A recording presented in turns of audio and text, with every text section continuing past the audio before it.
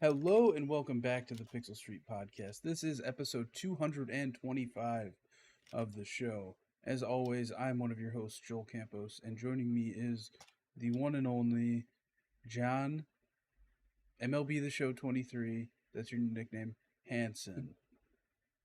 Oh boy, what a name. Yeah, I've been playing quite a bit of that lately. I mean, I think you and I both know that we're gonna put a lot of time into the show just because we always do. Um, it's not. We'll talk about it later, but it's not really amazing. It doesn't change anything up, but it's kind of like comfort food around this time of the year. I think, right? Yeah, I definitely agree. It's a game I don't really rush to play now, just because it's like I know I'm gonna play it steadily over time. It's kind of the game I go to if I'm launching my Xbox and I don't know what I'm gonna play. That's typically what hmm I just launch and start playing. Yeah, if like no one else is on, if you don't really feel like playing anything else, it's just kind of throw that on for the hell of it. Yeah. But anyway, this week we are going to be talking about Legend of Zelda Tears of the Kingdom, the sequel to Breath of the Wild. We saw 10 minutes of gameplay of that, so we're going to talk about that in just a bit here. The status of E3 is kind of up in the air based on recent tweets and leaks and stuff from people who know inside people. And multiverses. Did you know that it wasn't out? I didn't. Yeah. But as always, you can follow us on Twitter at Pixel Street. Check out the pinned tweet there.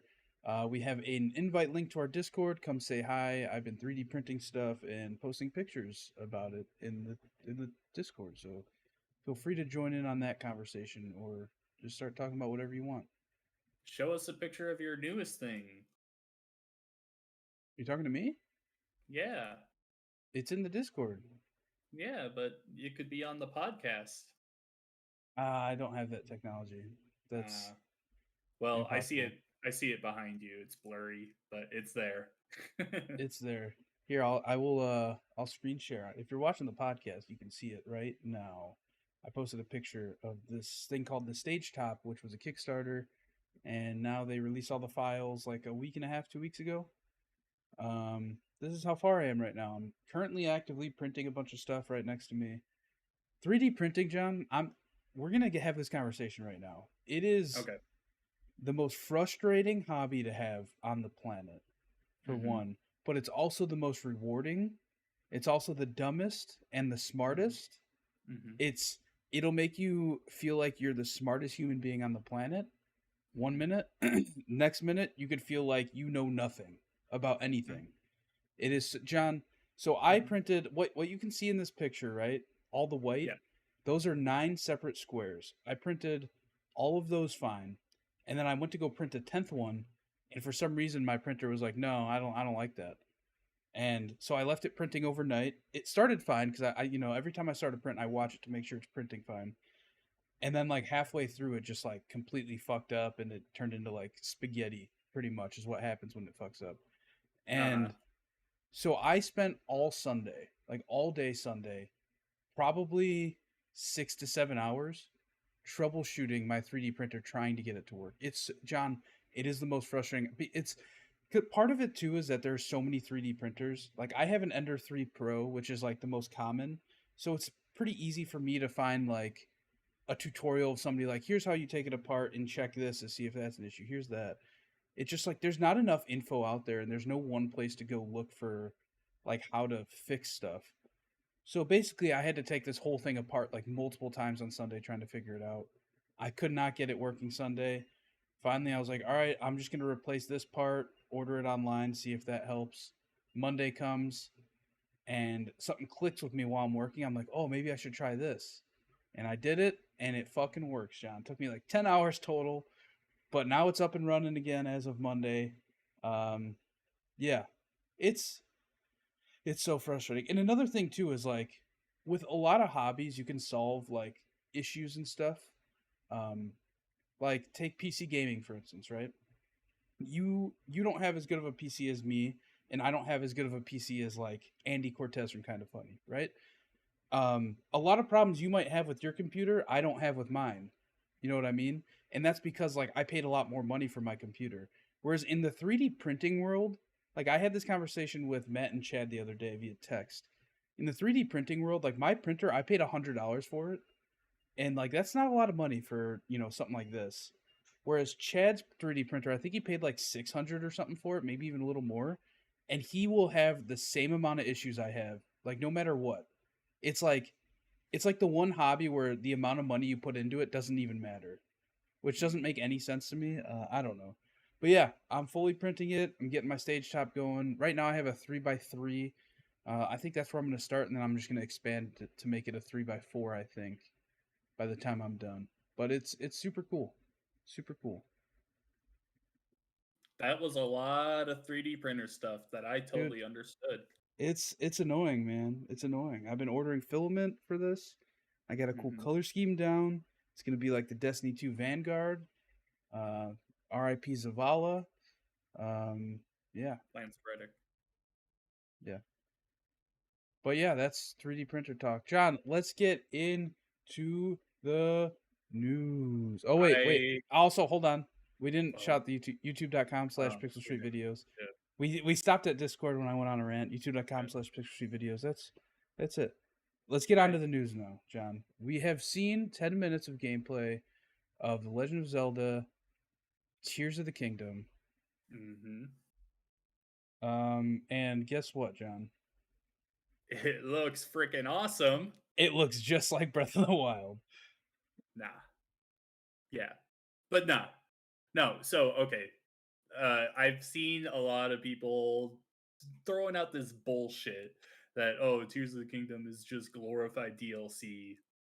Like just the little like intricacies there that they're throwing in the gameplay there of fusing things and like going up into the sky and everything, all that stuff I think is really going to separate this. We haven't seen like all the differences in the map yet besides the sky islands. um, but yeah, no, I'm pretty sure there's going to be enough stuff there to really be like, yeah, no, this isn't DLC. This is like its own thing. This is its own game. It's just a sequel to that that happens to take place in the same area. Um, yeah, I'm so excited. I was already pumped for it. Tears of the Kingdom is obviously gonna be my most anticipated game of the year, being a huge Zelda fan that I am. I wasn't expecting to see them like fusing items together. Like that was really cool to me. That was a really big surprise. That there's some people that are still upset that there's going to be weapon durability in the game again, but I think the that fusing system could really make some interesting things there. They showed off like putting a long rake thing on the end of a stick to make it like a super long stabbing item, and they put like a rock on the end of a stick and just made it like so much more deadly and everything. Like that stuff is so cool to me. It's gonna when Breath of the Wild first came out, I said that it was like the smartest game that I had ever played because there was just so much stuff around it that you could do. And like everyone had their own story about how they got through stuff. Oh yeah, to chain the electrical current from this point to this point, I just threw down all of my metal weapons and it chained right through it. And, or another guy's like, yeah, I went over here and pulled this cart over to get it over. Like that stuff is so awesome to me, and I cannot wait to have those conversations again with people when Tears of the Kingdom comes out. There was, for being just 10 minutes of gameplay, I thought that there was definitely a lot here that as a guides writer, I was just sitting there going, oh man, that's a lot of work for me in the future. But as a player, man, I'm so excited to jump into that. There's going to be so many ways to go about playing this game, and I cannot wait for it. But what did you think about it being a not big Zelda fan? Yeah, like I like certain Zelda games, right? And I think one of the things that made me not like Breath of the Wild that much was like the lack of the dungeons, right? Like you have the shrines, which are like little puzzles in themselves, but I kind of like the big dungeons. Is kind of where I like to gravitate towards in terms of like what I want to see in a Zelda game. And like I guess Breath of the Wild had divine beasts, but that wasn't really a dungeon, was it? I don't even No, remember. It was It more of like it a was trial, right? it was the closest thing it had to a dungeon, but it was definitely not a dungeon, no. Yeah. So like I think it'd be cool if they added dungeons to this, which would I don't know. I've been seeing a lot of speculation on Twitter, people thinking that there will be dungeons just because when in the scene in this gameplay trailer when he's jumping from the sky, you don't see any shrines. But Mhm. then again, that could just be like a graphical thing, right? Like because it's a fucking Nintendo Switch, right? Like you're not going to be able to see everything that's down on the ground, right? It's you're No. probably mainly just seeing like you know like brush strokes of what's down there when stuff like that's happening because the graphical power of the Nintendo Switch just isn't there for Mhm. like if you were playing Assassin's Creed on a PC or like you know Xbox Series X, sure you're gonna see everything that's down there more or less, but with Yeah. this you're not going to, which is gonna be interesting because I think that people are gonna find a lot of like bugs and stuff in this game, just given the scope of how huge the map looks with the sky stuff. um, it's gonna happen, and I'm sure it's gonna be patched. But yeah, I don't know. It looks like it runs pretty well for a Switch game, and I how massive of a scale it looks to be. so I posted on Twitter yesterday. I was like, "Oh yeah, the Legend of Zelda: Tears of the Kingdom is getting all of the processing power out of the Switch that it can while jumping from really high in the air while Pokemon can't handle walking through an open field." It's this this example here is why I'm still upset about the way Pokemon Scarlet and Violet released. Because this game, I think it looks great. It looks just as good as Breath of the Wild did. I'm not seeing any stuttering. There's none of that stuff where like if there's a bird in the distance, it doesn't look like it's like stuttering as it's flying or anything like I that. mean, there is a lot of pop in that I've seen when watching the gameplay. Yeah, Like no, you're gonna have the pop in. there was one part I thought was funny when he like I don't remember what part of the gameplay trailer it was, but he's like walking. He's like, "Oh look, another this thing." And then like as he says that, you just see like a tree pop up next to an entrance as he's walking forward, and I was like, "Oh, they could have picked a different angle or something to use for this. Like, how did this make the final edit?" But Yeah, pop-in doesn't really bug me too much. It's the frame rate of the things that are in it. And that was one of the things that threw me off the most about Pokemon. I don't see that here with Tears of the Kingdom. And it wasn't that way with Breath of the Wild. So I think it's just really the case of Nintendo putting their head down and like focusing on making this as quality of an experience as possible from a performance standpoint. Obviously, who knows? We could run into some sections in the game that just don't run well when we get to that point. But I think for our first look at it here, I thought it was really great. We talked about the fusing thing. Uh, how do you feel about the like build the ultra hand like controlling stuff to I like hate make it. boats and stuff? I Not a hate it fan. because like for instance for like Fallout 4, the only time I ever did any like crafting in terms of like, building houses and shit like that, the only time I did it is when a quest made me do it. And Hmm. this feels very similar to me. Like I feel like the only time I'm going to do it is if like I have to get somewhere and the only way to do it is because all the materials are right there to build something. Yeah, I'm right there with you. I don't typically like building like vehicles and It stuff. just it first of all, this it looks kind of janky in terms of like, oh, let's throw 3 logs and 2 fans on this thing and see what happens, right? Like it Yeah, doesn't look I I don't know. I'm more on the fan of like in Fallout, for instance, the things I like the most are when like you go up to a workbench, right? And you see like, all right, what can I put together and then create this item, whether it's a gun or a building or something. I don't want to place the fans specifically on certain places of a log and put the logs in a certain orientation. It's just too much for me. But I got I am very excited to see what people do on Twitter with this shit. yeah. The stuff that they were doing in Breath of the Wild was pretty crazy. I can't even imagine what they're going to be doing in this. Like all the stuff where they like send themselves flying through the air and all Yeah. that. Yeah, that will be really interesting seeing how like TikTok and Twitter handle that stuff. But yeah, I'm with you on I'm not really much of a like builder kind of person.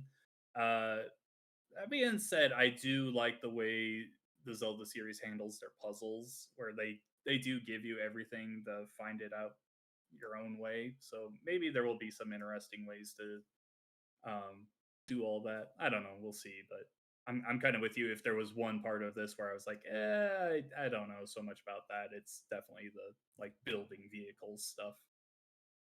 And also like what so in Breath of the Wild, you could buy Link's house and like decorate it and stuff. Yeah, I I don't think I bet ever did that. anything. I bet anything that there's going to be a point where you like actually build yourself a house or something in this game. It it would make so much. I mean, if you can build a fucking boat, a hot air balloon thing, and a drone essentially type thing, and a car, Hmm. I can't see why you wouldn't be able to build yourself a house in some way. Yeah. No, I fully am expecting something like that to happen.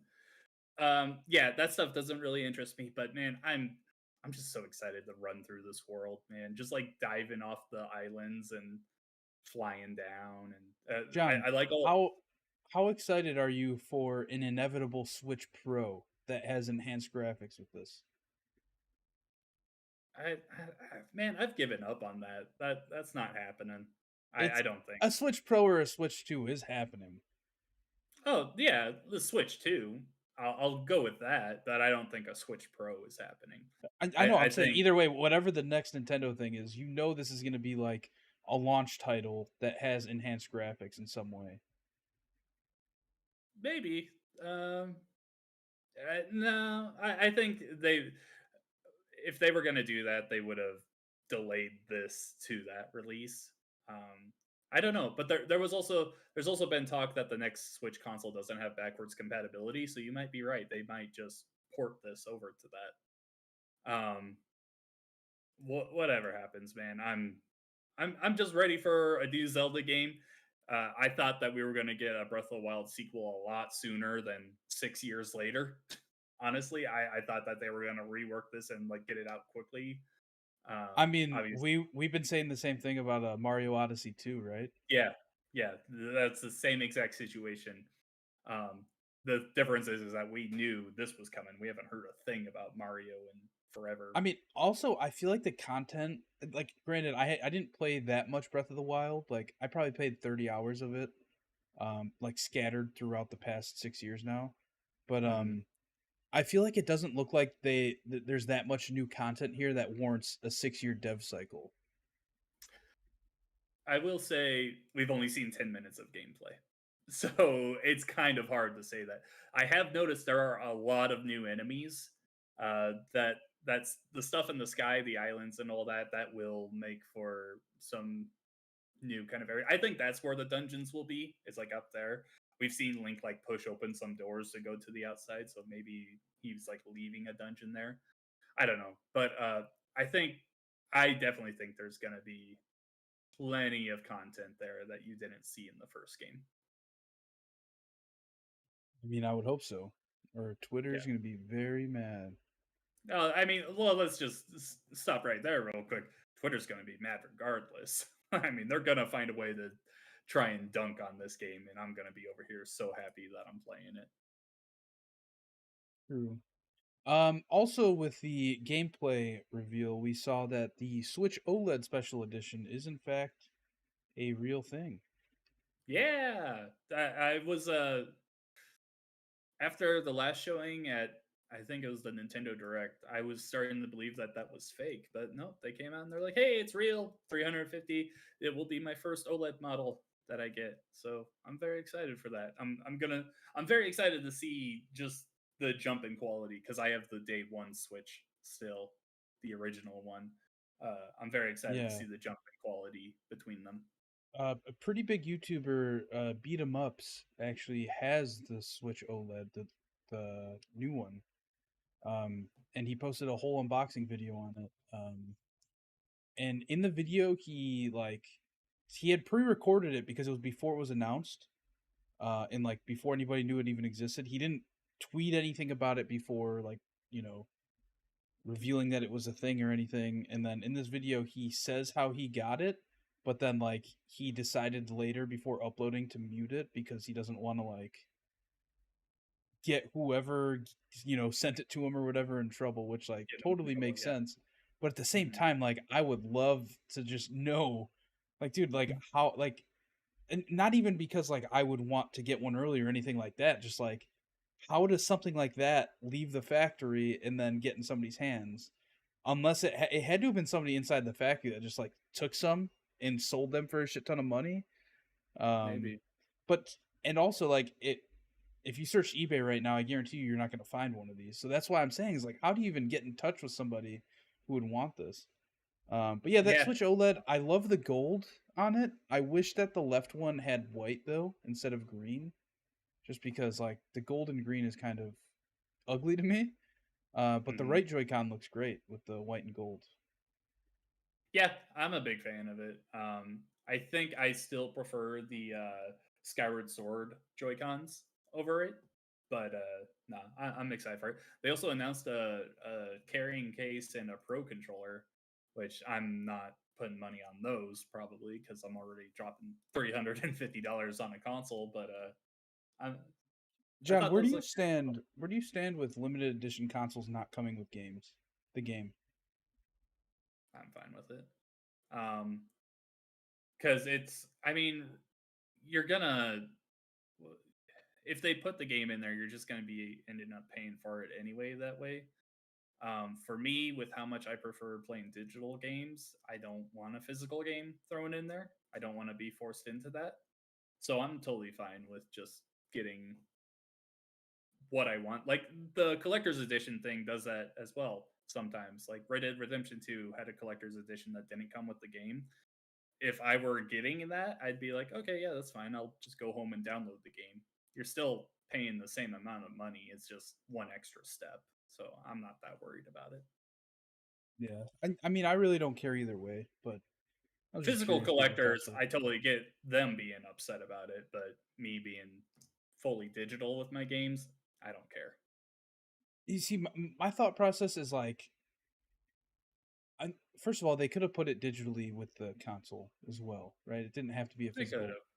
have. Um, but like, I think with collector's edition games, it makes more sense not to include the game with it because there so many times you see like, for instance, like Avengers, right?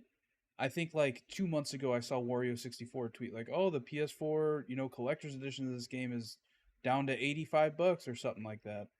And it's like, yeah, but like, what if I was on Xbox and I wanted it, right? Like, Mhm. then I'm just stuck with a PS4 copy of the game because that's, or like, I mean, that happens with like pre-orders for stuff too, right? Like, for instance, the Fallout 76 helmet that I got, right? Like that was like when I bought it, I was buying the Xbox version. Like let's say I wanted the PC version or the PS4 version, but those were sold out, then I'm forced to buy the Xbox version of the game just because I want the collector's edition. So for Mhm. that, I think it makes more sense not to include. But like, I don't know, for a console, it's like, why not just include the game? Like you can Yeah. only play it on that console. Yeah. But I mean, it's at the end of the day, it doesn't really matter. They're not giving you that game for free, even if they put it in there. You're They gonna be should. spending more. They should. They Yeah, I should. totally agree with you. That would be awesome, but they're not going to. So you're gonna end up paying the same amount anyway. Yeah. All right, John. Enough Tears of the Kingdom talk. We will be streaming Breath of the Wild soon, though. We were gonna Yeah, stream it.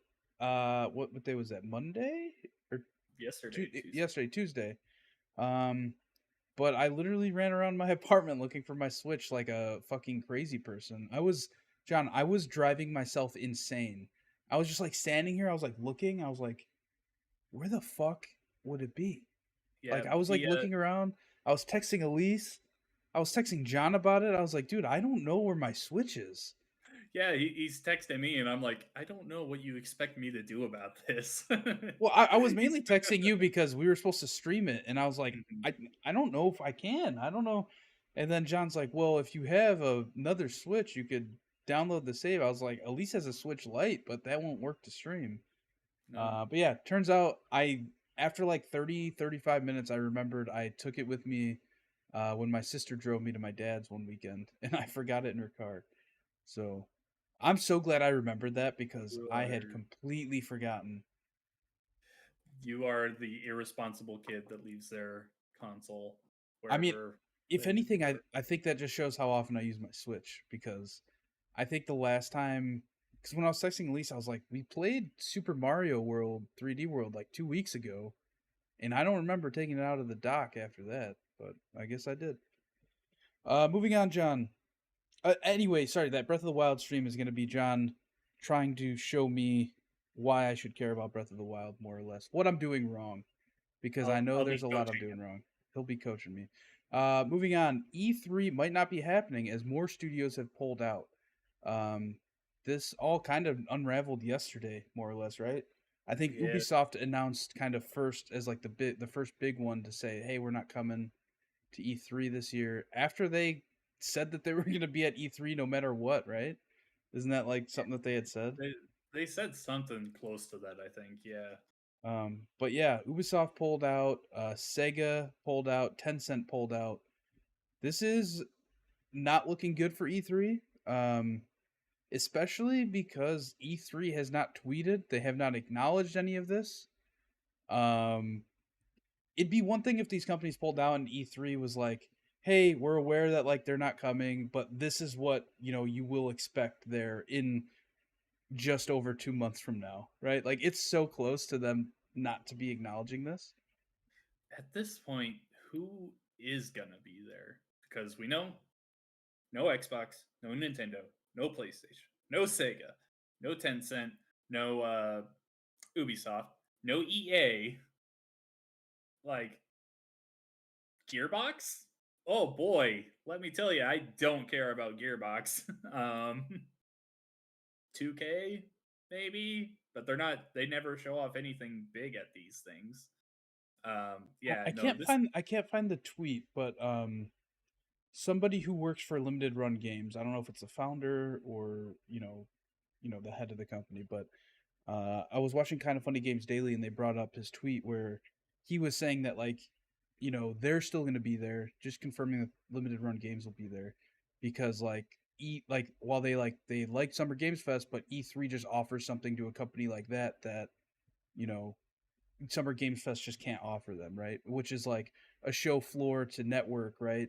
With other people, in the industry to, that's probably how they make deals with games to make limited run games a thing. So yeah, it's, I don't know. It's all interesting to me. Of course, Jeff Keighley was right there to tweet yeah, he was right there. about it, like the asshole that he is. Yeah, Um, such a I dick. John, I never felt more validated than today. I was listening to Kind of Funny Games Daily, and they were talking about E3, and um, Summer Game Fest had tweeted like, "Oh, watch the Ubisoft Connect, whatever their thing's called," At and our then put show. yeah at our show and put hashtag Summer Game Fest. And Greg Miller was like, "But like, really, what is Summer Game Fest outside of a calendar to click a link to watch a YouTube video?" He And I said was that? like, "Yeah, good, We Greg." have been saying that Greg said that, forever, and I was like, I feel so validated because like right? I have been saying that since the first Summer Game Fest, where it's Me just a too. Google Calendar to click on a link and watch their stream. But Summer Game Fest is like restreaming it through their YouTube channel. It's Mhm. like it's so weird. It doesn't like I just hate how Summer Game Fest and Jeff Keighley are trying to take credit for everything everybody else is doing just by Yeah. organizing a Google Calendar. Hey, it's okay, he's best friends with Kojima. But yeah, hearing Greg Miller say that, I was like, I'm not a crazy person for thinking this. Like, these feelings I have are valid. Mhm. Um, but yeah, E3 ending. I mean, it's like it's bittersweet, right? Like, cause like E3, all these years growing up and stuff has been like such a great thing to watch and you know see the announcements, like see videos that IGN's posting on the show floor, stuff like that. GameSpot, and it just like has deteriorated so much over the last like 5 years. I feel like maybe even less than that, 4 years, Even to where before that, people were, like, already talking about, "Oh, man, this is slowly dying." But I really think that the, pandemic just yeah, really it did massive irreparable harm to it. 2019, they had the problem where they like leaked out all of the influencers and media's like information, and that was already a big black eye. 2020 they had to cancel because of the pandemic. 2021 they came back and it wasn't a great show. I mean, there were moments that were fine, but it was all digital and everything just felt off about it. They canceled last year.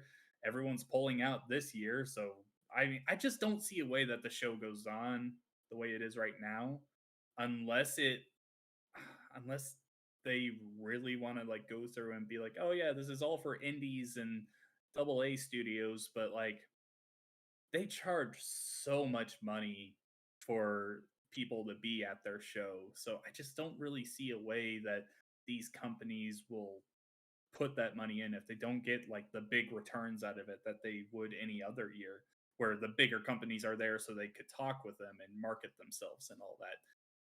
With all those people pulling out, those smaller teams don't have much reason to go anymore. So I don't know. John, I gotta cut you off. What is that thing behind you that says Pixel Street? I just noticed that. Yeah, it's a little sign that says Pixel Street. My sister made it for me for Christmas. She said that she noticed that there wasn't any Pixel Street stuff in my background, so she made me that. Cool. Exciting. That's cool. Yeah. But yeah, back to E3. Like I said, it's just bittersweet because like I don't know. I used to love We watching E3 coverage because it was like all consolidated in one place. And yeah. now the fact that it's gone, a lot of stuff is going to stay in the same place, but there's going to be stuff drifting off, right? Like Hmm. 1 year, right? Ubisoft might be like, "Oh, well, we don't have anything to show We around this time of we the got year, so nothing. we're just going to show stuff in October just because." Hmm. We all love the memories of E3 when it was at its height. Um, I mean, obviously there were bad moments in the past as well, but like it's just we hold on to those good memories, and there's just no way that I could see it, the show as it is now, ever making it to a point where it's like, oh yeah, this is the big deal that it used to be.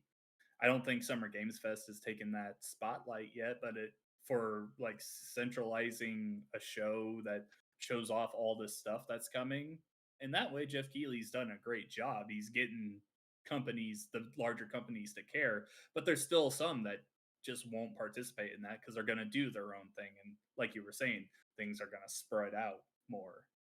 We're not going to get this absolute log jam of news every June. It's going to be kind of just spread out like it was in 2020. And I don't think anyone really was a huge fan of that. We all have gotten so used to just getting everything in a short span of time in the summer. But with everything spread out, it just kind of feels off. I don't know. We'll see. I don't know. I love getting everything all at one time. I think that it's great. I don't know. It's just exciting. It's like Christmas to me in June. But Yeah. at the same time, I feel like that format brings a lot of game development studios to announce stuff way too early. Like it's almost like they feel forced. Like Perfect Dark, right? Xbox announced that years ago at this point, Oh boy. and like Yeah. it's like announcements like or like Cyberpunk. They announced that at E3 in 2013, right? And like they probably announced that because they felt obligated to announce something at that E3, like something big. And it's just like I don't know, like giving Xbox the opportunity to announce stuff when they want to. I feel like it only helps them in the long run. Whereas if they don't feel like look at Xbox 6 years ago, right? They were only making big announcements one time every year, and it was E3. And not having that obligation and being able to like say, fuck it, we're gonna do a developer direct, in December for no reason, just because we want to announce something or show something off. Hmm. I hate the inconsistency in the naming of things. Like All right. Xbox, they have Xbox developer directs. They have the Xbox. The fuck are they called? XO event, right? That's more like a fan fest thing. I don't know. But They they they, still they do only did announcements that. at them. They show stuff at them. When's the last time they did that? 2019. It's been a long time since they Xbox did anything. XO event. Googling. I don't think they've quickly. done those for a long time. I think developer direct going forward is the one that they're going to focus on. Who knows, John? But you know what I also don't know is that Multiversus is being shut down until the game fully releases next year. This came out of the blue, John. I did not Mhm. realize Multiversus was like in beta or alpha. I don't know Mhm. what the fuck it was in. But the fact that It, they're just now saying like, "Oh, we're going to shut down servers until 2024 sometime" is like it mind-blowing. It's definitely one of the weirder situations I've seen in handling a video game, a multiplayer video game, one that was charging people for its battle passes and all this other content. Like people, while it was free to play, people were putting money in on this thing, and now you're just cutting them off for at least 6 months. Like it's going down in June, and they said hopefully it's up in early 2024. Like that's insane. Like you're just completely taking that away, and like all that money that people have is just sitting there. Like they're not doing anything with it. Here's That's the thing, John. So Multiverses released July 19th of 2022. hmm That's when it came out. And yeah. like they probably said it was a beta, but I think the fact that like they didn't announce an end date of the beta and the fact that they were charging for battle passes and is there DLC that they charge people for characters or anything? I think it's microtransaction stuff. Like you can Okay. buy costumes and things. Yeah, either way, the fact that they didn't announce an end date, I think made people believe like yeah, the game is in beta, but it's one of those early access things where you're going to be able to keep playing it until the game comes out. I don't think hmm anybody expected them to shut the servers down for 6 plus months. It Yeah. just it's It feel, completely feel, unheard of and sets like a terrible precedent I for don't like it. Yeah. I yeah, think for it's a bit games going dirty. forward. And I really hope that not too many other studios do this because it's one thing if you're not charging people for stuff, but there are people that were really invested in multiverses.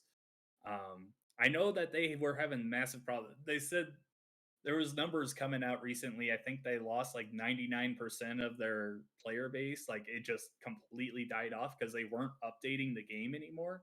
Like season 2 came out and they just like I don't think anything big happened in months for the game. So people were getting bored of it and not playing. And What do well, you I think think what do you think comes of this when it comes to like do you think they're going to add like a bunch of characters like or do you think it's just going to be the yeah, same game but 6 months in the future?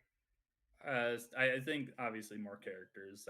That seems like a given to me. Just with how many franchises WB has, they're gonna throw whatever they can at this. Maybe they work in some kind of single player mode. But other than that, I don't really know. Like I don't. I played it and it was fine. It's no Smash Brothers by any means. It doesn't feel as good as a Smash game does, but it was fine. And with it being free to play, where you weren't necessarily obligated to put money down to play it, I thought it was fine. Like I didn't absolutely love it or anything, but it was an okay game. I fell off just like everyone else did, though. So they're definitely gonna have to find some way to get people's interest back. I just really I don't see how taking a game away from people for at least 6 months and then bringing it back is going to really drive up hype when that relaunch happens. It's not. It's going to if anything I think this is going to hurt because it's going to come out and people are going to be Yeah, like, "Oh, this is that game that they fucked everybody over with." yeah. This is the same game I played 2 years ago, but it's just a little better looking, maybe. Like I don't know. I really think they are setting a bad precedent for themselves, and I really think they've kind of fucked themselves over when this relaunch happens. Yeah, I completely agree. I don't it's making me mad just thinking about it, so I don't even want to talk about it anymore. All John, right, take us through the quick news. all right. The Wii U and 3DS eShops are officially shut down. You can no Boo. longer purchase any games on either service. Can you still download stuff?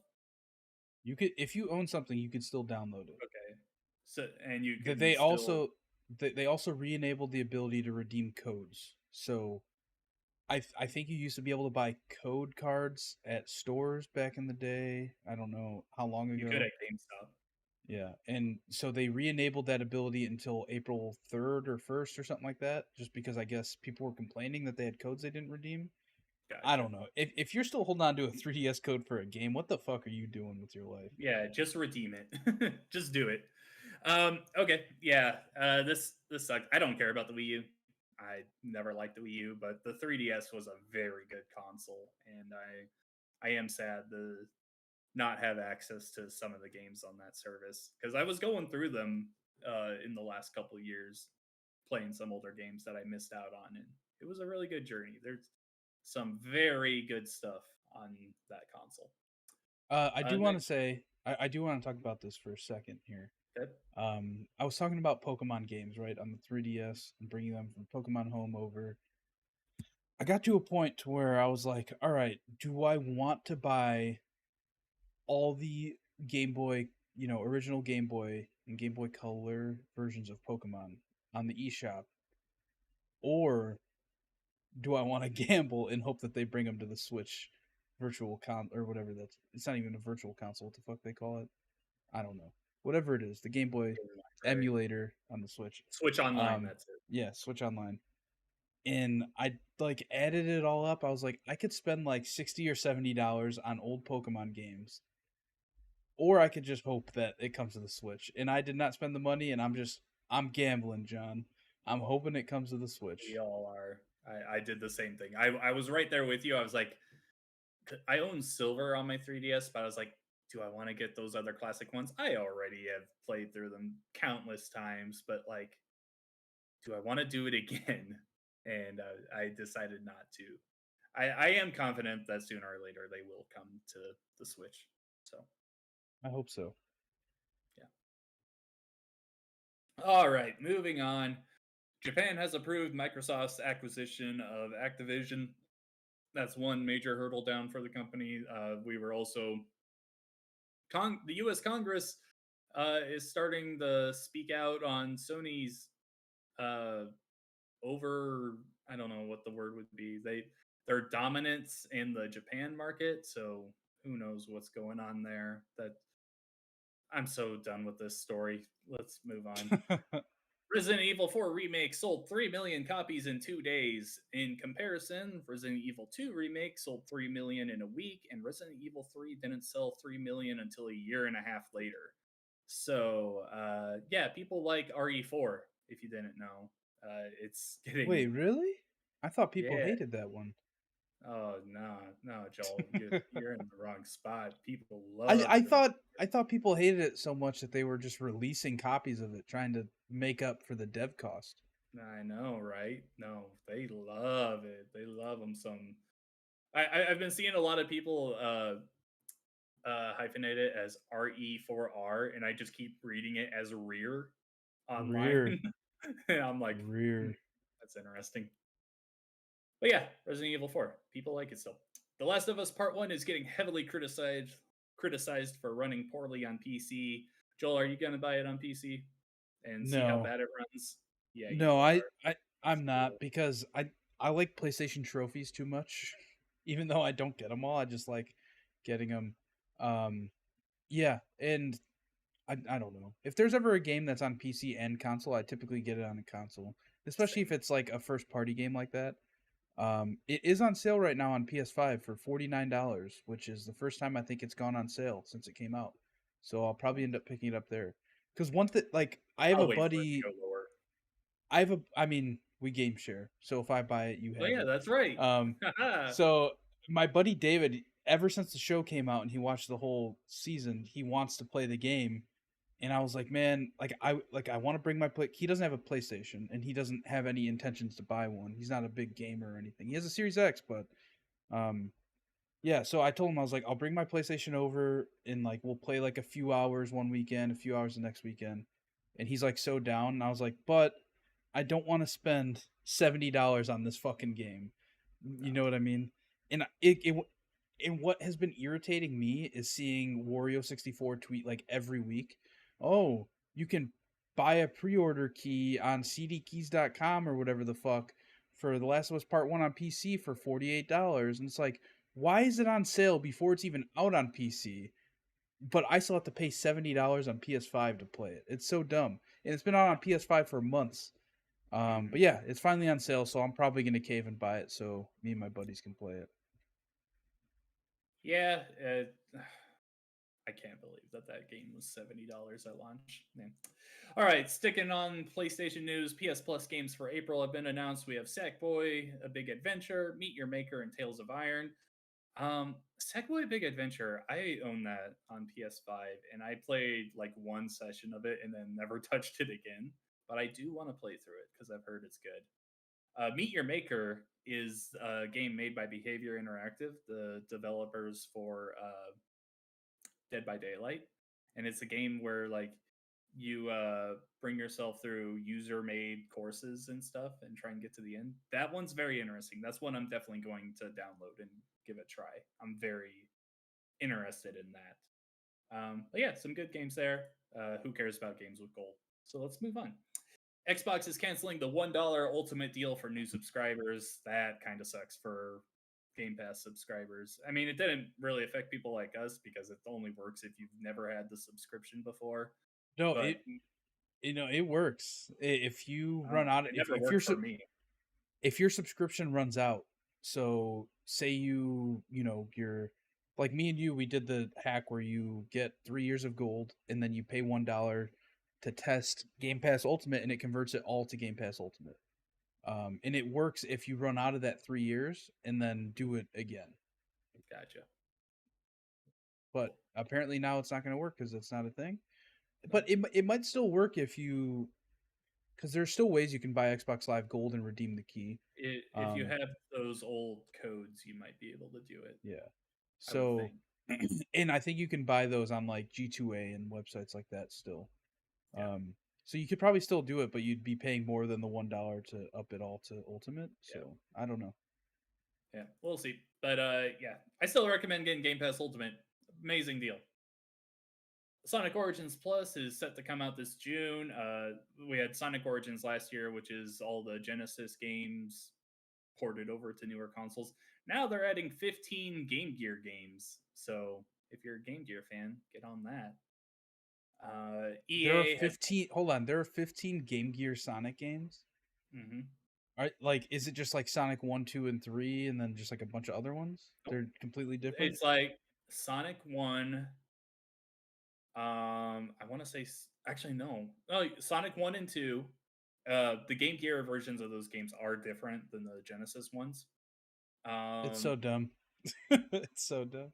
there was Spinball was in there, Dr. Robotnik's Mean Bean Machine, Tails All right, I've Adventure. heard enough, John. Get me out of It this was a mess. lot. It was a lot. All right. And EA has laid off 700 employees despite making a lot of profits. It's layoff season. I got laid It, off from GamePer. it wouldn't be a week of the Disney's game. laying off people. It's It just, wouldn't be a week of the podcast if we weren't talking about layoffs by some company. yep. Hopefully everyone there finds some good jobs. Yeah, that sucks. Joel, you have any collectibles to show off to lighten the mood? Um, I yes. One sec, I'll be right back. I am trying to remember because I want to say I had something that I wanted to show off, but I can't remember for the life of me. I was going to show it off last week, but we didn't do a show last week because things happened. What was I trying to like save for it? Oh my god, I can't think of a single thing right now. All right, well you're gonna have to save this section because I have nothing. All right. I went to a card show a few weeks ago. Um, hold on. For some reason, I can't find all the cards I bought. I found one, but that's because it was in a slab. But I don't know where the rest were. One sec. I'm searching. I don't think they're on my list. But anyway, I went to a card show 2 weekends ago here in Chicago, and it was mainly a sports card show. But Mm. my brother, who's super into sports cards, he's like, "Yo, you should come. Like, there's always Pokemon cards, like at any sports card show, just because Pokemon's so 'Cause popular in the yeah, card business. So I went and I bought some Pokemon cards, which I can't find some of them. I can't remember where I put them, and now it's really frustrating me. they're with your But Switch. yeah, they're with my Switch. But one thing I bought is a graded Pokemon card. This is a 2016 Pokemon XY Charizard EX from Evolutions. Ooh, I'm trying to get that in focus. It's a PSA 9 grade. Um, how much did that yeah. cost you? So I think he was asking 60 on it, but I talked him down because I was getting like multiple cards from him. I got this, and fuck, I wish I could find it. I don't know where I put those cards. I'm not asking you, Elise. I'm just looking. Elise looked at me. She's like, I don't know. Elise, answer us, Elise. Give me 1 second, John. Stall. Oh no, I have to stall. Who wants to talk about backyard baseball in the Game Boy Advance? Here's my collectible for the week, even though I've had this for a while. I've thought about doing a video on our YouTube channel about backyard baseball for the GBA, and I am very close to doing something for it. Um, if you haven't played backyard baseball, it is just a very arcadey kid game. It's made by Humongous Entertainment, the same people that made what was it called, Putt Putt. It's like a purple car. They made like a lot of educational games, but they actually got a deal with MLB back in the early 2000s to make like kid versions of major leaguers, and you play in like backyards and stuff. It's a lot of fun. I really hope that Joel hurries up because man, I cannot think of a lot to say at the moment. There he is. Yeah, those cards are long gone. No, I They're don't. I'll have gone. to find them. But like I negotiated with him because I think he had 60 on this graded card, Mhm. and then I think I bought two other Charizard cards from him, and I ended up paying I think 65 for all three of them. Which is like that. Like that's the cool thing about these shows is like the vendors that are there, they send in like dozens of cards to get graded, so that like you Mhm. can buy graded cards for fairly cheap there because like they're paying bulk prices to get them graded. So yeah, it was a ton of fun. I had a You'll be blast. there one day. Oh That'll be no, your definitely not. job. The so the national like card convention, which is like the biggest one in the US every year. I It's either every year or every 2 years, but it alternates being in Chicago and Atlantic City, and this summer it's in Chicago, so I'm going to go to that in July. Nice. Which should be cool cuz I'm sure there's going to be a fuck ton of Pokemon cards there. Oh yeah. But Awesome. yeah, that's my collectible. How's backyard No, baseball? backyard baseball's fun. I haven't played it recently. But you know what I have been playing? Other stuff on my analog pocket. Um, so you and I recently we downloaded some Cores? cores and ROMs to play some older GBA games on our analog pockets, and I am so impressed with how well this console runs those games. It's so No nice. no issues at all. No, absolutely none. I've been playing Pokemon Emerald, which is a game I've been talking about that I never played the third generation games, so I've always wanted to go back and play them. Uh, really enjoying that. I also have been playing Pokemon Red, or Fire Red, which I actually have a cartridge of now, and that's a lot of fun as well. Trying to think. Pokemon Pinball Ruby and Sapphire has been very impressive to me. I'm very I'm uh, hooked. I love that game. It is so much fun to play, I and it so when we downloaded ROMs, I didn't mean to cut you off, but when we downloaded ROMs, the one that I had downloaded, I think was like I don't know if it was hacked or it was like a modified version because it showed some splash screen when I launched it every time, and like I didn't really acknowledge it before because it doesn't really say anything. It just says Ruby and Sapphire, but I knew it looked weird. I was like, this doesn't look very Pokemon. But I was watching a YouTube video of because I was trying to figure out how to catch the Groudon and the Kyogre, and I noticed when they launched the game, it looked different, and I was like, "Oh shit, mine must be like a modified version of the game."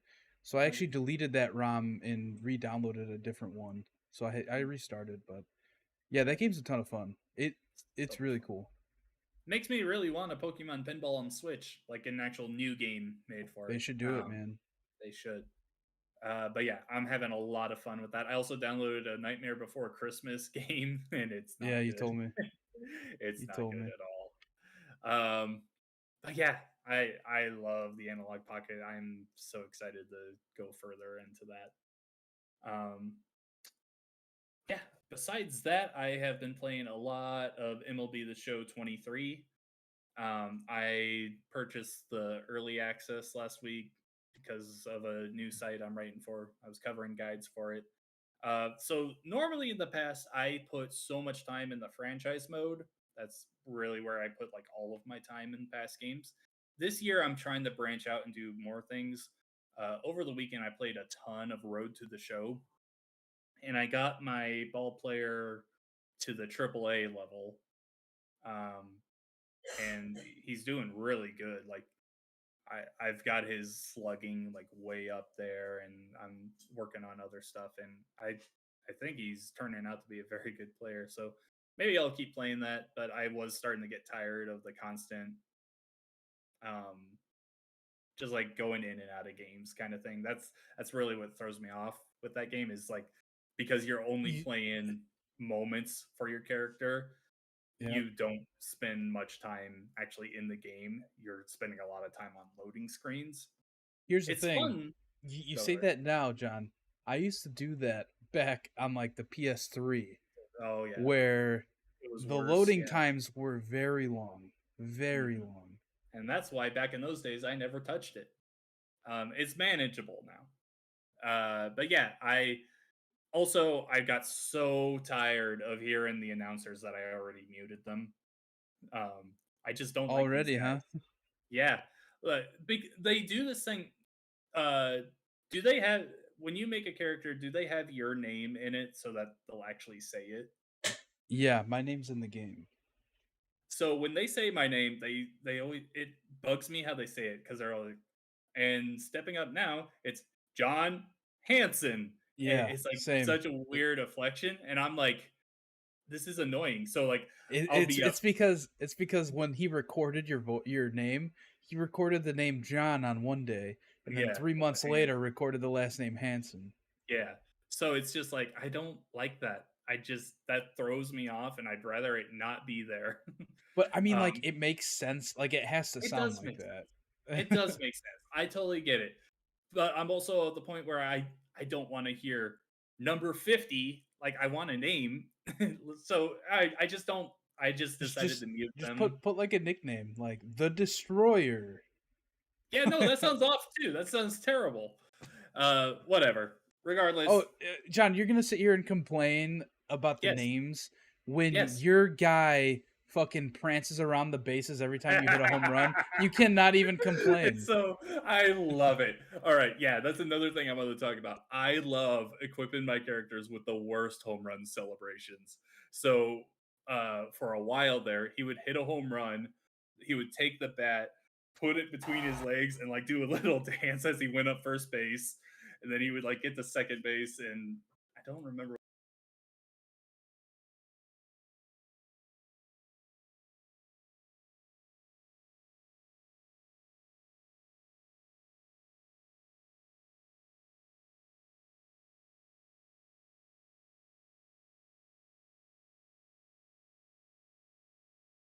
Absolutely love it. It makes me laugh every time. Um, my computer just completely froze when I clicked on the video from your tweet. Oh, cool. So I don't think anything you said about the home run thing Oh, all right. was on I'm not there. going through all that again. There's a lot of fun celebrations you can have in Yeah. that game, and I absolutely love it. It's so stupid, and it's my favorite thing. Besides that, I did start Conquest in Diamond Dynasty for the first time, and I'm putting more time into that today. I'm doing the US map, and I'm finally understanding what it's about. When I first did it, I was like, "What am I doing here?" But It's like a board game, more or yeah, less. yeah. So I far, heard. So sorry, I was gonna say Loops told me to do the World Baseball Classic one because you get a bunch of Diamond 90 players from oh, doing it. Okay.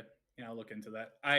But yeah, I started with the US one and I moved over and I took out the Rockies and now I'm like going up towards the Mariners. So I think I'm gonna like try and go around and then I'll come back in and do the center teams. Cool. Yeah, for me, I barely played MLB so far. I'll probably play a little bit more of that this evening. I've been playing a lot of Destiny 2. We've been raiding like every week. Um, we've raided last night. I think we're probably planning on raiding tonight too. Um, Analog Pocket, a lot of Pokemon Pinball, as we already talked about. And I've also been playing my Pokemon Red cartridge. Because I want to beat all the Pokemon games, like from, you know, because I'm pretty sure I beat the game back in the day. I don't remember 100% if I beat it all the way. You know, just being a dumb kid. Because When this you game's say fucking beat it hard. all, when you say beat it all, are you saying just get through the Pokemon League, become a champion, or are you saying you want to catch every single Pokemon? See, that's where I don't know. Like catching them all in this 'Cause game can be a a lot. slow process. It's a lot. And then Because also because there are some that I'll probably have to evolve to get the next Pokemon, and that sounds like it sucks. you also there's some that you can only get by trading. So how you gonna do that on an analog? I'll figure it out, John. I Yeah, don't know. I don't know. I'm so I wouldn't be surprised if somebody creates a thing where me and you can trade via the internet on Analog Pocket somehow. You know, That would be connecting cool. it to our computers. I don't know. I am surprised that there was no like link cable attachment for You the could analog use a pocket. link cable on Oh, it. you can? I Yeah, never saw there's a port at the bottom right mine's here. upstairs. Oh, hey, yeah, that's right. Cool. I Yeah. don't look at the bottom. So I guess technically if I bought like the other copy of the game to trade with, I could put that in my Game Boy Color and trade, but Yeah, that that's a lot. I mean, I think I'll probably just start with beating the games. Um, yeah, but yeah, Pokemon Red, it's hard to get through, just because it's black and white. Um, like yeah. that's the main thing that sucks about it. I wish I had just bought a copy of Pokemon Yellow and played that. Because that game's actually in color, I think. No. It's not. Well, it it does the thing where it was a regular Game Boy game. It was not a Game Boy Color game, but it to put color in, they like make it all the same color. So like instead of it being like black and white, it'll be like red and white or like green and white, depending on what city you're in. Um, Gotcha. that kind of stuff. Yeah, Yeah. Maybe I should have just started with Fire Red, but it hey, I'm does here look good. now. I've played I 10 hours of Pokemon Red, so I'm sticking with it. might as well. Great game. Yeah. That's all I've been playing, John. Is that it? We're over an hour. Yeah, we'll call it there. Cool. As always, you can follow us on Twitter at Pixel Street. Check out our pinned tweet to join the Discord server. Tell us about your favorite Pokemon games because me and John have a lot of Pokemon experience overall. As always, follow us on our YouTube channel, youtube.com/Pixel Street Videos. I drew a mind blank there. Yeah, and subscribe to us there. We are slowly growing. We have unboxings. John posted a let's play of him playing Overwatch. Yeah, so come hang out there. You can find me on Twitter at Campo63 or twitch.tv/Campo63, where we will be doing a Breath of the Wild let's play in the near future. I might try and get my Switch back tomorrow, so maybe tomorrow night. We'll see. All right. John, where are you at on the internet? On Twitter, I am at Revek Shadows, and I was laid off, so don't go to GamePer for my writing anymore. I am writing for a few sites right now, but nothing permanent at the moment. So hold out hope for me that I find something good here soon. Cool. We will be right back here next week with episode 226 of the Pixel Street Podcast. Bye.